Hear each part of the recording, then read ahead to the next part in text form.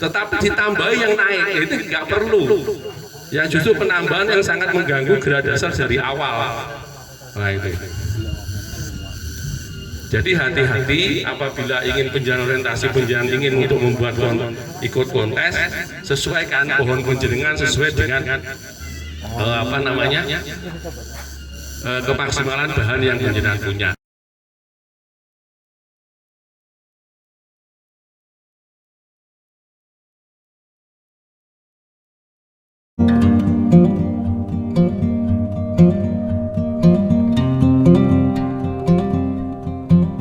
Kontes dan edukasi Kendal nopo Argo Munung Manunggal Gomulung. Argo Munung saya ucapkan selamat kepada semua panitia yang sudah bekerja keras selama ini, yang sudah menyiapkan kontes ini, dan alhamdulillah hasilnya sudah sangat luar biasa, diikuti oleh 535 peserta. Ini prestasi yang sangat luar biasa, apalagi ini hanya dilaksanakan oleh ranting dari PBBI cabang Ngawi. Mudah-mudahan prestasi ini ke depan akan lebih baik dan teman-teman tambah kompak, tambah kekeluargaan tambah erat, sehingga ke depan bisa menyelenggarakan kontes yang lebih baik dari ini. Amin. Tetap semangat. Semangat. Terus yang kedua, saya sampaikan evaluasi tentang peserta dalam pameran ini, terutama dari segi keikutsertaan peserta di dalam kontes ini, dalam dipandang dari sisi penilaian atau dari sisi penjurian. Yang paling mendasar yang sering saya sampaikan juga sudah berkali-kali saya sampaikan kepada teman-teman cabang Ngawi bahwa pada dasarnya kekurangan dari peserta yang ikut dalam kontes ini adalah yang pertama adalah paling menonjol memaksakan bahan sesuai dengan keinginan kita, tetapi tidak mengikuti keinginan pohon. Jadi dalam berbonsai itu, dalam kita memaksimalkan bahan, karena memang kebanyakan hampir 99% di sini saya lihat bahannya masih mengandalkan bahan dari alam. Jadi bahan dari alam ini kita tahunya hanya itu, ya, kita tidak berandai-andai, kita tidak merancang dari awal, ya, jadi kita dapat seperti yang kita dapatkan dari alam. Nah, seketika kita dapat, tentu kita punya gambaran untuk memaksimalkan bahan itu. Nah, untuk memaksimalkan ini, jangan hanya orientasi kita berseni yang kita paksakan kepada pohon, tetapi lebih baik kita menyesuaikan kemaksimalan bahan yang kita punya. Jika bahannya itu tidak maksimal untuk gaya tertentu, jangan dipaksa untuk mengambil gaya itu. Catatan di sini sangat banyak contoh di sini yang masih berorientasi bahwa pohon bonsai itu berbentuk segitiga dengan sama sisi ataupun tidak sama sisi, tetapi konsepnya adalah konsep yang segitiga. Yang segitiga atau mengacu kepada pohon-pohon yang bergaya natural. Padahal bahannya sangat tidak mumpuni untuk itu. Sangat tidak mumpuni untuk itu. Sangat banyak contohnya. Di depan-depan penjenengan itu banyak juga contoh. Misal yang di sana itu, yang pohon dua itu, pohon dua itu tidak mumpuni untuk pohon yang untuk konsep natural, tetapi dalam konsep finishingnya dia tetap di finishing segitiga.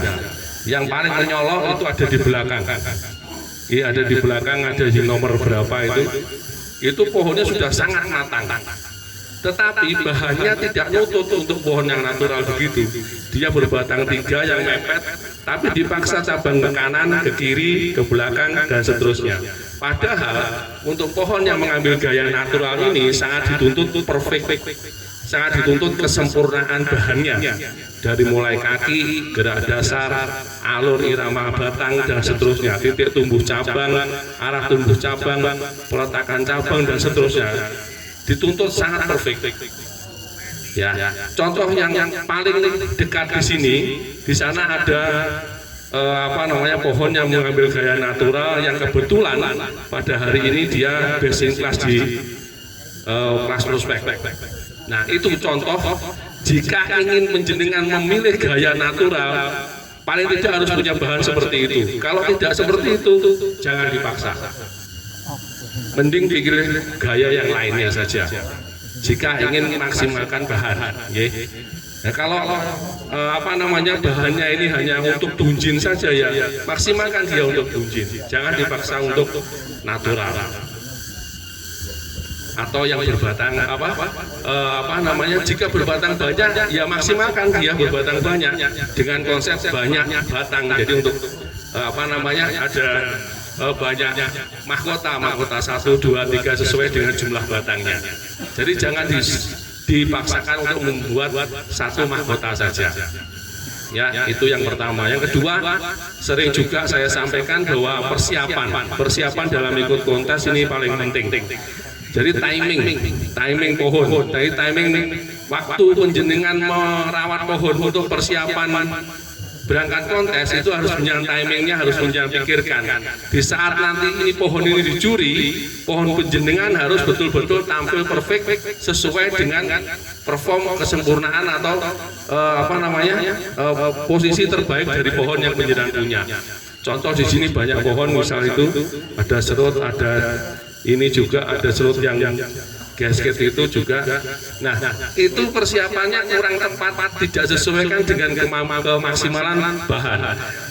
Bahannya dia mau inginkan bahwa pohon itu tampil tanpa daun, tetapi di saat penilaian, di saat penjurian, daunnya sudah keluar dan keluarnya nggak rata. Nah, ini yang paling mengganggu. Ini juga bahannya juga lumayan, tetapi di saat persiapannya kurang tepat, di saat penjuriannya itu pohon sudah keluar daun dan daunnya itu nanggung, tua enggak, tunas juga enggak, justru ini akan sangat mengganggu. Seharusnya ini nilainya bagus, jadi enggak bagus. Terus yang kedua, memberikan sentuhan atau membiarkan beberapa cabang yang tidak perlu, yang tidak sesuai dengan gerak dasar yang dia punya. Contoh ini, ya pohon yang tinggi ini. Ini pohon tinggi ini sudah bagus posisinya kalau dilihat dari sana. Tetapi ada penambahan yang tidak perlu di atas sendiri itu, ditambah lagi mahkota yang kecil, sangat mengganggu. Terus yang di bawahnya lagi itu ada yang kecil yang nggak tahu itu mau dibesarkan atau piye. Nah itu malah justru mengganggu. Jadi yang tidak perlu ini jangan sampai kita terapkan di dalam bahan kita, yang sehingga nanti dalam penilaian pohon kita akan dinilai rendah. Nah, konsep juga seperti itu. Konsep siapkan konsep yang betul-betul penjenengan maksimalkan dari bahan yang penjenengan punya. Contoh misalkan itu Arabica yang di sana, dia mau konsepnya mau seperti apa dia? Kalau dia konsepnya itu gasket atau semi gasket, kenapa dia taruh itu naik ke atas dia sedemikian tinggi? Kan gitu. Kalau dia mau ngambil buncit, ya harusnya nggak gasket panjang begitu, naikkan dia. Jadi konsep ini perjelas, jangan semu. Kalau konsepnya semu, jika ketemu dengan juri nanti akan nilainya juga akan jelek. Kecuali kalau pohon ini hanya penjenengan nikmati saja di rumah, monggo. Jenengan mau sedemikian rupa silahkan. Tetapi kalau enggak, kalau ingin untuk kontes seperti teman-temannya, ya sesuaikan dengan konsep yang penjenengan punya. Jangan konsepnya ini ragu-ragu untuk mengambil banyak gaya dijadikan satu pohon. Contoh lagi itu pohon yang ada di Batu itu, itu dia akan justru sangat bagus apabila yang gerak yang naik itu tidak ada. Tetapi ditambahi yang naik itu nggak perlu. Yang justru penambahan yang sangat mengganggu gerak dasar dari awal. Nah itu. Jadi hati-hati apabila ingin penjenengan orientasi, penjenengan ingin untuk membuat ikut kontes, sesuaikan pohon penjenengan sesuai dengan kemaksimalan bahan yang penjenengan punya. Arabica itu juga begitu, dia ngambil gaya gasket tapi yang naik ke atas terlalu tinggi, jadi dia nggak menceritakan bahwa dia itu adalah pohon gasket, pohon yang menggantung atau semi menggantung, tidak bercerita seperti itu. Jadi tidak bisa dipahami ceritanya seperti apa. Ya, itu catatan. Yang paling penting dalam mengikuti kontes seperti yang saya sampaikan tadi, karena kita dalam membuat bonsai ini patokannya ada 4, yaitu yang pertama logika alam, kedua yang kedua adalah rasa, yang ketiga adalah logika yang kita punya, yang keempat ya orientasi kita. Orientasi kita mau untuk kontes atau dinikmati sendiri atau untuk dijual belikan. Kalau untuk kontes seperti yang saya sampaikan tadi, konsepnya harus jelas, kemudian saat tampil juga harus dipertimbangkan. Terus kalau untuk menikmati sendiri ya itu monggo, tidak ada yang larang jenengan mau dibuat apa saja, karena penjenengan pasti bilang itu bagus karena itu penjenengan menikmati sendiri. Nah, kalau untuk jual beli ya antara penjual dan pembeli sudah cocok, sama-sama senang dibeli, ya sudah selesai, tidak ada urusan macam-macam. Tapi kalau beda, kalau untuk kontes, nah tentu harus banyak hal yang penjenengan persiapkan di bawah pohon penjenengan supaya dalam ikut kontes juga berprestasi. Ngaten nggih? Nah, ini sebelum saya lanjutkan untuk sesi edukasi pemaksimalan bahan, mungkin ada yang mau ditanyakan tentang apa yang saya sampaikan tadi, mungkin tentang penjurian atau tentang kontes atau tentang pohon yang ada di kontes ini, silahkan tanya. Atau mungkin penjenengan yang punya pohon di sini mau tanya, pohon saya kok dapat hijau kenapa, kok dapat merah kenapa, atau nggak dapat bendera kenapa, boleh tanya, silahkan. Ada yang tanya? Monggo yang dari panitia? Enggak ada? Wah, tak kira nek nyiapin pertanyaan sing akeh nek tiba ora. Tiba yo mung meneng ae. Apa? Keselanane jujur lah. Nggih, monggo. Nggih. Monggo, Mas.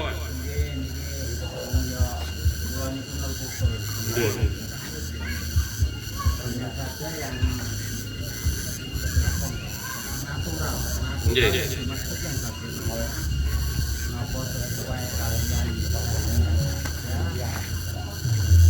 Apa bedanya dengan mungkin kalau bertani kan mungkin mawon saged di konsep mungkin atau bagaimana sehingga tidak mengurangi kaidah alam yang ada. Nggih. Napa diwastani natural napa bagaimana? Nggih. Tinggal-tinggalnya apa nggih terus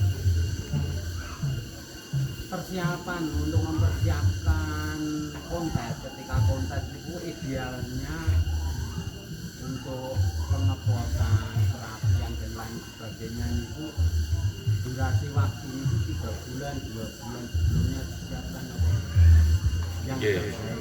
Mungkin daun yang sudah tua atau yang bagaimana. Terus wonten lagi selagi? Sementara itu. Matur suwun, Pak. Yang pertama ada pertanyaan pohon yang natural itu seperti apa sih ya? Pohon natural itu ada 5 jenis, ada 5 gaya, ada tegak lurus, miring, merunduk, merebah. Jadi tegak, miring, merunduk gini, terus merebah gini.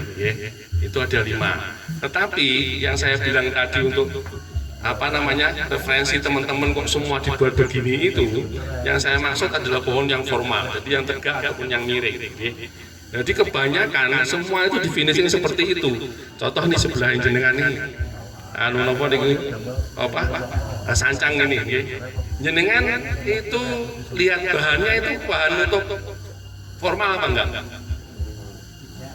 Enggak nutup untuk formal. Itu untuk bahan apa? Untuk berbatang banyak, untuk surrealis, gaya yang apa namanya, konsep yang surrealis berbatang banyak. Tetapi finishingnya jangan lihat, ya kan? Itu kan di finishing pohon formal kan? Nah, gimana match, ada hubungan nggak bahan dengan finishingnya? Nggak ada kan? Nah, makanya itu nilainya tidak akan bisa tinggi.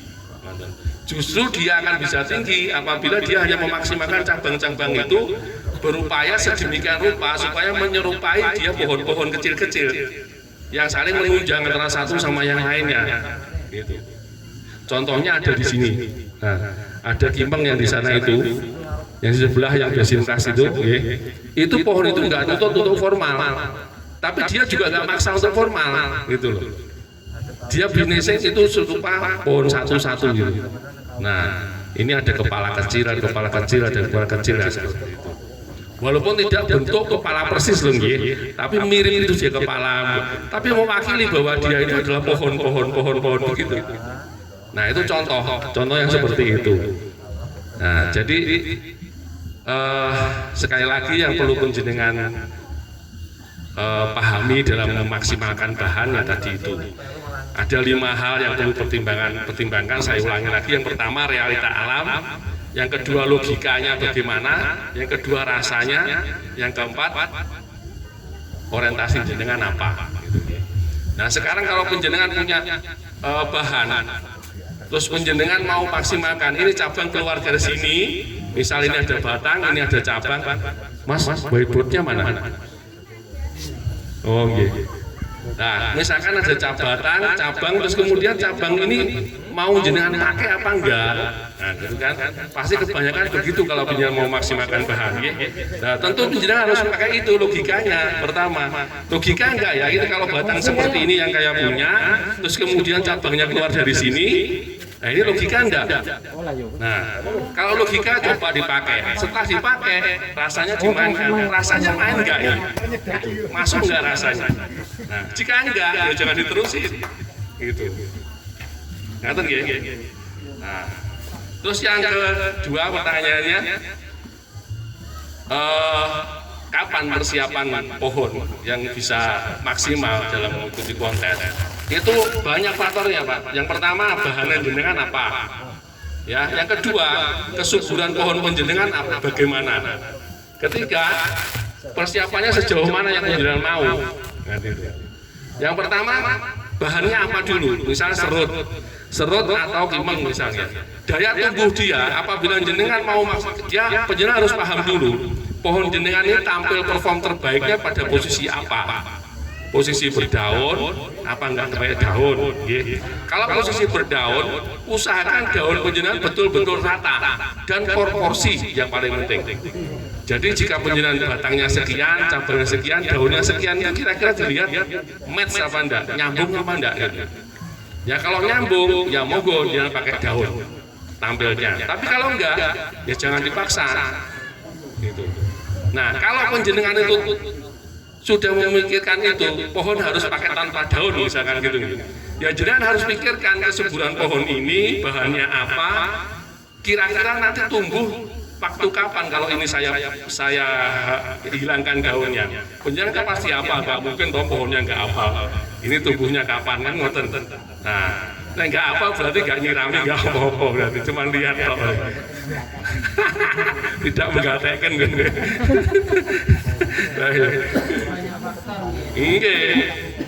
Iya, tapi yang paham pasti yang punya. Yang punya kalau orang lain nggak paham gitu. Karena yang penjenengan tahu kan pohon penjenengan itu. Ini kira-kira kita tak potongnya saiki somben dukul ora gitu. Yang tahu jenengan. Tapi rata-rata jika serut, rata-rata jika serut, itu penjenengan paling enggak kalau tanggal 1 itu di penilaian penjurian, penjenengan menyiapkan itu tanggal 28, 29, 30 itu ideal. Tapi kalau 2 minggu sebelumnya pas dinilai ya seperti itu, kayak gitu itu. Itu yang kedua. Terus kemudian sejauh mana persiapannya penjenengan punya, yang mau jenengan mau. Contoh misalkan, kalau penjenengan persiapannya pengen ada landscape-nya, landscape misalkan ada lumut, batu dan sebagainya. Kalau betul-betul mau alami, ya nggak cukup cuma 2 bulan Pak. Ya harus 6 bulan sebelumnya atau mungkin bahkan setahun sebelumnya gitu. Karena harus ada landscape-nya itu betul-betul alami seperti kayak gitu itu. Nah itu nggak mungkin bikin kayak gitu cuma 2 bulan 3 bulan. Paling enggak ya 1 tahun bikin kayak gitu. Nah, Ini kalau seandainya ini dibuat instan gitu Pak. nggih. Niku napa mengurangi nilai seandainya? Enggak mengurangi nilai selama taste atau rasa yang penjenengan terapkan di situ, terus kemudian cara penjenengan tempelkan lumut itu dan bahan yang penjenengan tempelkan itu betul-betul mumpuni. Bahannya contoh misalnya, lumutnya harus ambil yang tebal. Kalau lumutnya tipis-tipis kayak gitu, pasti akan kelihatan.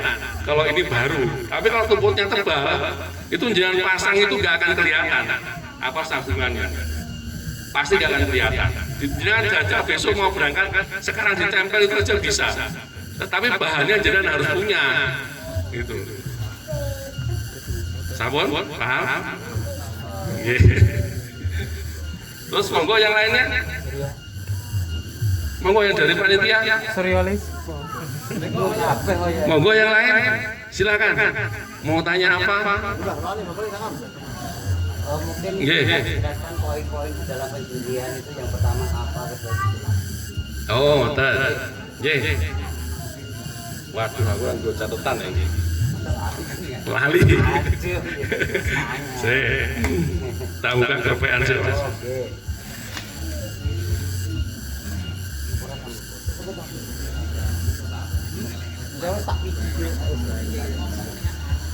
Oh iya, Mas, tolong aku dipoto ya. Pakai ini.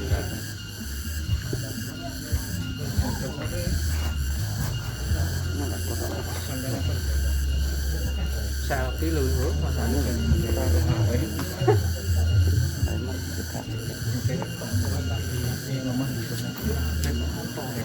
Ini ada pertanyaan bagus dari Ketua Ranting Kendal, Mas Hadi. Apa sih yang dinilai, yang diterapkan oleh juri kepada pohon sehingga bisa keluar nilainya kan gitu nggih.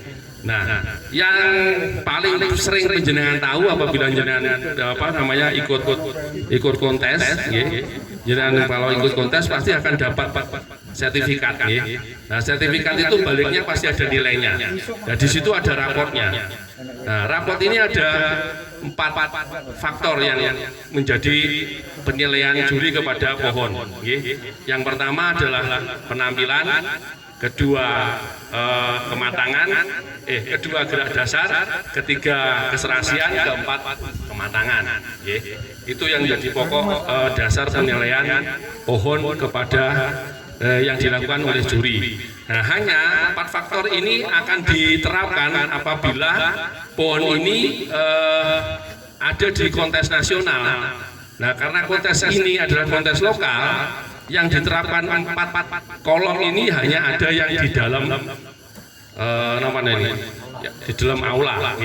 Tetapi untuk yang di sana, yang depan ini semi dan seterusnya itu tidak diterapkan penilaian di 4 kolom tadi. Untuk yang semi hanya diterapkan 3 kolom. Kalau untuk yang prospek hanya 1 kolom saja. Yaitu kolom gerak dasar dan konsepnya saja, pertambahan konsepnya saja. Nah, kalau jenengan perlu tahu penampilan itu apa, terus kemudian gerak dasar itu apa, ini kebetulan saya punya catatan, nanti bisa bisa dicatat. Ya, untuk penampilan itu ada keseimbangan visual, realita alam, penjiwaan, kesan dan pesan. Nah, yang pertama keseimbangan visual. Nah, ini yang sering saya sampaikan tadi. Keseimbangan visual itu adalah keseimbangan penampilan pohon di saat kita melihat ini. Konsepnya seperti apa, kemudian detailnya seperti apa, itu secara visual pasti akan kelihatan. Contoh misal seperti ini. Seperti kimpeng yang ada di depan ini. Ini juga nanti berkaitan dengan realita alam dan kesan dan pesan. Contoh kimpeng yang di depan ini. Kimpeng di depan ini dia mencoba bercerita bahwa dia pohon yang tumbuh di atas batu. Batunya ada di kanan, pohonnya ada di kiri. Nah, tetapi yang punya ini tidak mempertimbangkan 3 hal tadi, realita alam, kemudian keseimbangan visual, dan kesan dan pesan yang dia sampaikan kepada yang melihat itu tidak ada. Yang pertama, yang perlu penjenengan perhatikan, jika pohon dia ada di sebelah kiri batu,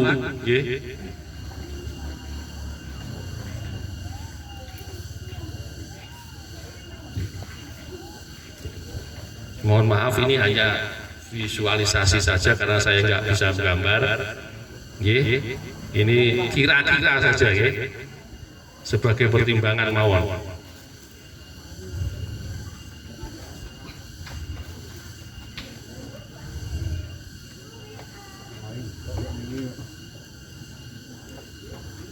Nah, ini saya visualisasi seperti ini.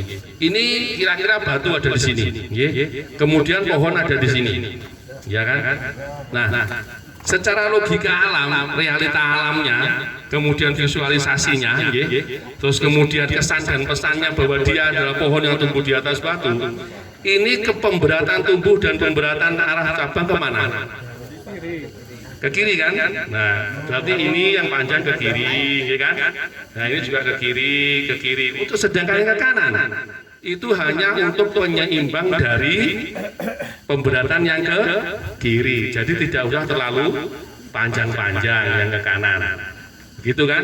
Nah, sekarang coba lihat itu pohon yang di Kimpeng itu. Pohonnya batunya ada di kanan. Pohonnya ada di kiri. Itu arah cabangnya beratnya kemana? Ke kanan semua kan? Nah, realita alamnya nyampe nggak nyampe. Keseimbangan visualnya nyampe nggak nyampe. Kesan pesannya nggak nyampe juga. Gitu. Sampun dipahami? Kalau model contoh pohon seperti depan saya, maaf. Ini yang bagus modelnya gimana ya? Saya sampaikan, saya selesaikan dulu nanti saya save untuk pengalaman atau pertanyaan itu. Saya selesaikan dulu yang 4 kolom ini. Terus yang kedua,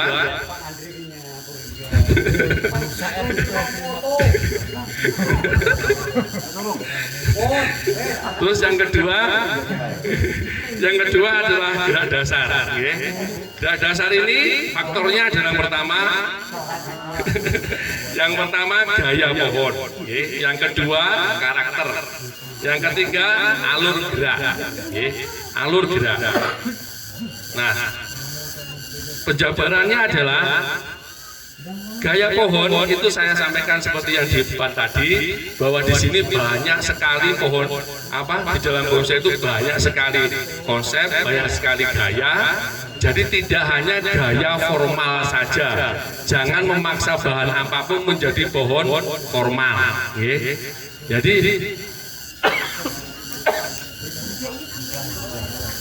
maaf sebentar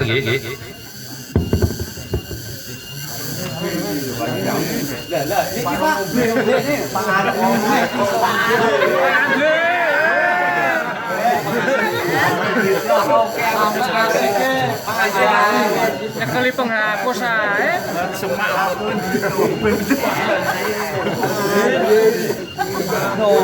ya ini ya karepe ben adoh lagi kok kemilane Pak Andre. Saya teruskan, maaf. Yang pertama adalah gaya pohon. Gaya pohon itu banyak sekali. Yang pokok-pokok aja seperti yang tadi saya sampaikan. Ada kalau menjenengan saya sampaikan ini bahasa sekolah bonsai. Itu kalau bahasa sekolah bonsai itu ada tiga aliran atau 3 konsep, yaitu gaya natural, ekspresionis, dan surrealis. Kalau naturalis seperti yang saya sampaikan tadi, itu ada tegak, miring, merunduk, dan merebah, ada 5. Terus kemudian kalau untuk yang konsep ekspresionis itu ada meliuk, ada menunduk, ada apa namanya, ada berpilin dan seterusnya. Kalau untuk yang surrealis ada yang berbatang banyak, ada yang mencengkeram batu, ada yang melilit, itu banyak sekali. Jadi bahan yang penjenengan punya sesuaikan saja seperti itu. Nah, gerak dasar ini sesuai dengan konsep yang penjenengan punya. Kalau penjenengan punya itu pohon yang di atas batu, tentu batunya ini juga masuk ke dalam gerak dasar. Sesuai enggak penjenengan meletakkan pohon di atas batu, kemudian batunya juga sesuai enggak dengan gerakannya, kemudian konsepnya seperti apa, cabangnya sesuai apa enggak, nah itu yang kita pertimbangkan. Terus kemudian karakter. Jadi pohon ini punya karakter. Jadi karakter itu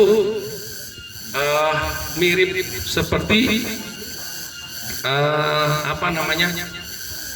Kalau kita memahami, kalau kita memahami pohon, itu setiap pohon punya karakter masing-masing sesuai dengan gayanya.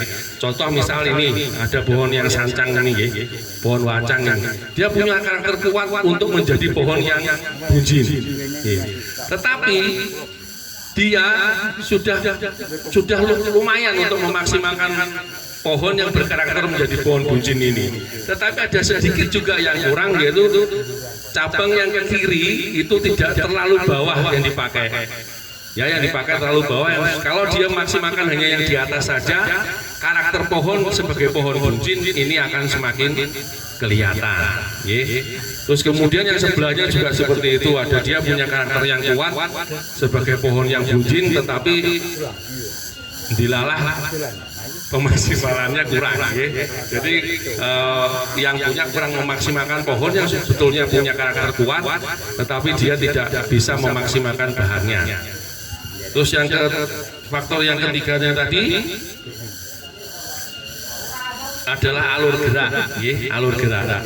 Nah, alur gerak ini sangat penting karena tadi untuk memperkuat karakter itu menjadi karakter buncin, karakter formal, karakter apa itu harus ada alurnya. Alur mulai dari bawah mulai sampai ke atas. Ada satu contoh, itu ada pohon kimeng yang besten itu pohon itu punya apa namanya, dasar yang bagus sebetulnya, tetapi alurnya kemudian karakter pohonnya tidak disesuaikan dengan kemampuan atau kemaksimalan dari bahan yang dia punya.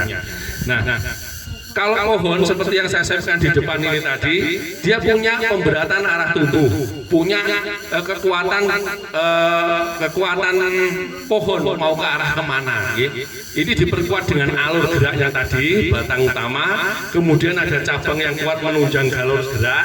Contohnya di kimeng itu cimeng itu batang yang paling besar dan yang kuat yang mana, yang arah kemana?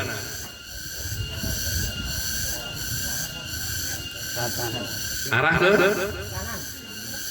ke kiri, itu arahnya ke kiri yang paling besar, arah ke kiri, dan alurnya pun itu ke kiri, alur geraknya ke kiri. Tetapi finishingnya pohon itu berat ke kanan, jadi kesannya pohon itu deglek ke kanan. Padahal itu pohon punya potensi yang bagus, tetapi yang punya kurang bisa memaksimalkan. Itu.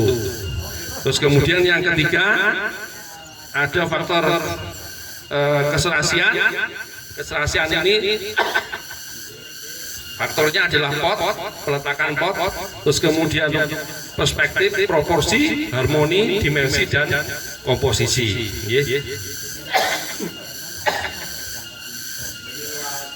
Salah satu contohnya aja yang perlu penjenengan pahami, kalau saya jelaskan satu persatu katanya mungkin agak rumit penjenengan memahami. Ada contoh di belakang itu ada pohon sisir yang dia punya kualitas bagus, sebetulnya bahannya untuk menjadi pohon yang pohon tunggal, tetapi secara peletakan pot, terus kemudian penyesuaian pot dengan gerak dasarnya dia, kemudian komposisinya terlalu dipaksakan untuk menjadi pohon yang berbatang banyak.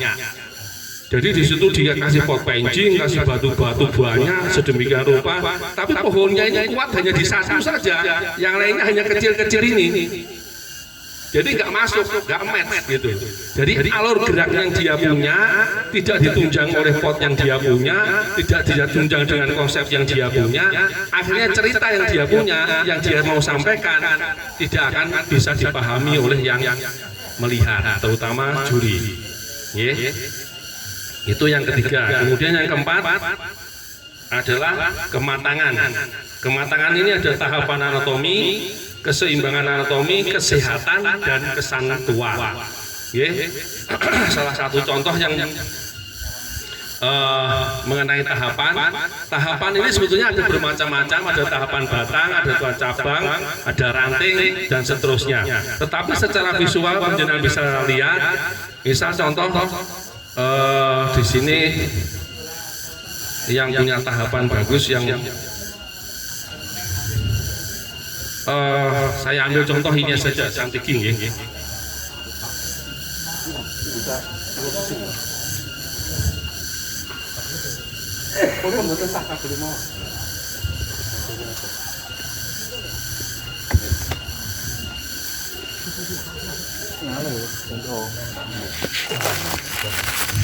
Nah, yang dikatakan tahapan dalam hal ini kalau ada tahapan batang, intinya tahapan itu adalah pengecilan. Jadi mulai dari besar ke kecil dan seterusnya. Pohon ini tahapan batangnya dari besar ke kecil dan seterusnya. Cabangnya juga begitu, dari besar ke kecil dan seterusnya. Nah, jadi jika panjenengan mempunyai bahan, usahakan tahapannya akan semakin banyak. Semakin banyak tahapan yang panjenengan punya, akan semakin bagus pohonnya panjenengan punya. Karena tahapan ini penting dalam konsep penyelesaian pohon. Karena itu tadi pengecilan gitu. Jika pohon panjenengan ini sama tahapannya dari awal ke akhir itu hanya satu tahapan saja, pohon ini akan kesannya akan hanya sekedar panjang begitu. Contohnya ini contoh seperti ini, kayak apa namanya, kayak sancang ini tahapannya kurang. Terus kemudian ini serut ini juga kurang. Nah, serut ini punya karakter yang luar biasa sebetulnya, punya bahan yang bagus, tetapi hanya kurang penajaman konsep saja, karena dia konsepnya mengambil gaya konsep naturalis, surrealis dengan batang banyak, tetapi terlalu banyak batang yang dipakai. Tidak ada ruang dimensi yang saling menutupi dan saling menunjang antara satu cabang dan cabang yang lain. Semua dipakai. Jadi beberapa cabang di belakang itu ditutupi oleh cabang yang di depan. Jadi usahakan ini lebih dipertajam batangnya, kemudian penajaman percabangan batangnya dipertajam, kemudian cabangnya juga dipertajam, maka akan lebih bisa berprestasi karena dasarnya pohon ini sudah bagus. Itu tadi apa namanya yang ditanyakan oleh Mas Jadi. Jadi apa faktor apa saja yang dinilai dalam penjurian bonsai? Oh ya, terakhir tadi ada ketuaan, kemudian juga ada kesehatan. Kesehatan ini juga sangat penting.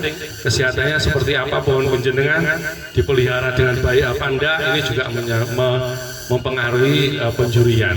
Jadi kalau juri tidak usah melihat ini pohon ini sehat apa enggak, jadi dari tumbuhnya pohon itu saja sudah kelihatan ini pohon sedang dalam kondisi sehat apa tidak.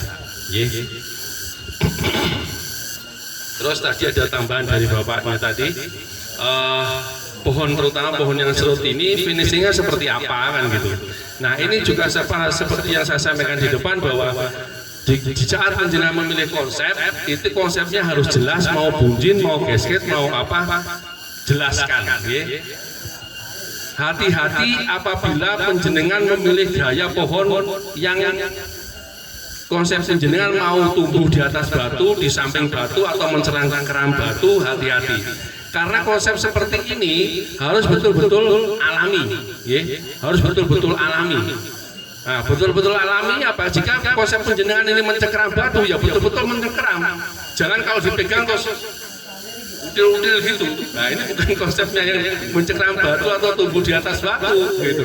Ya ini kalau jenengan ini orientasinya mau jual beli, terus yang beli itu seneng karena dia begitu, ya nggak apa-apa. Tapi ini kontes, ya. Jadi konsep yang jenengan punya harus jenengan bertanggung jawabkan. Harus penjenengan bisa jelaskan dan bisa penjenengan ceritakan kepada juri yang menikmati pohon penjenengan gitu. Ini yang pertama adalah konsep di atas batu atau tumbuh di batu, itu yang kurang match. Yang pertama itu karena itu tidak alami, tidak sangat kelihatan bahwa pohon itu adalah pohon yang tumbuh di atas batu. Hati-hati, salah satu pertimbangan penjenengan untuk memilih konsep tumbuh di batu, di atas batu atau mencekrang batu, pilih bahannya yang berbatang lunak, jangan yang berbatang keras. Berbatang keras itu ya serut, arabica, terus apa lagi ya? Wahong. Nah, itu mau sampai kapanpun jenengan mau bikin cerita di atas batu atau tumbuh di batu, tidak akan nyampe. Kecuali kalau nggak tahu kalau 50 tahun atau 70 tahun itu nggak tahu. Tapi di saat penjenengan punya pohon batang yang lunak, misalkan kimeng, ipre atau apa, itu setahun 2 tahun jadi konsep jenengan. Gitu. Jadi hati-hati jika penjenengan punya bahan yang tidak mumpuni untuk konsep jenengan, jangan dipaksa. Akhirnya juga akan nanti jelek juga kan. Nah, khusus batang ini akan sangat bagus apabila tidak dipaksa untuk menjadi pohon gesge. Coba ini kalau yang bawah itu dikurangi terus pohonnya dinaikkan begini, ya pohon itu akan begini. Nah, tentu dia akan begini, tentu dia akan konsepnya sebagai pohon buncit. Nah, dengan begitu dia akan lebih kuat karakternya daripada seperti ini. Di atas dia juga naik, di bawah pun dia mau turun, jadi nanggung gitu. Ini di bawah juga enggak match, ke atasnya pun juga enggak match gitu, enggak nyambung akhirnya gitu. Nggih, bapaknya tadi siapa yang tanya bisa diterima? Nah, terus monggo yang lain kalau mau tanya. Nggih, monggo Pak. Nggih. Bahan yang protek setengah jadi dan yang jadi, karena kalau kita itu menghilangkan misalnya jalan-jalan di surat protek.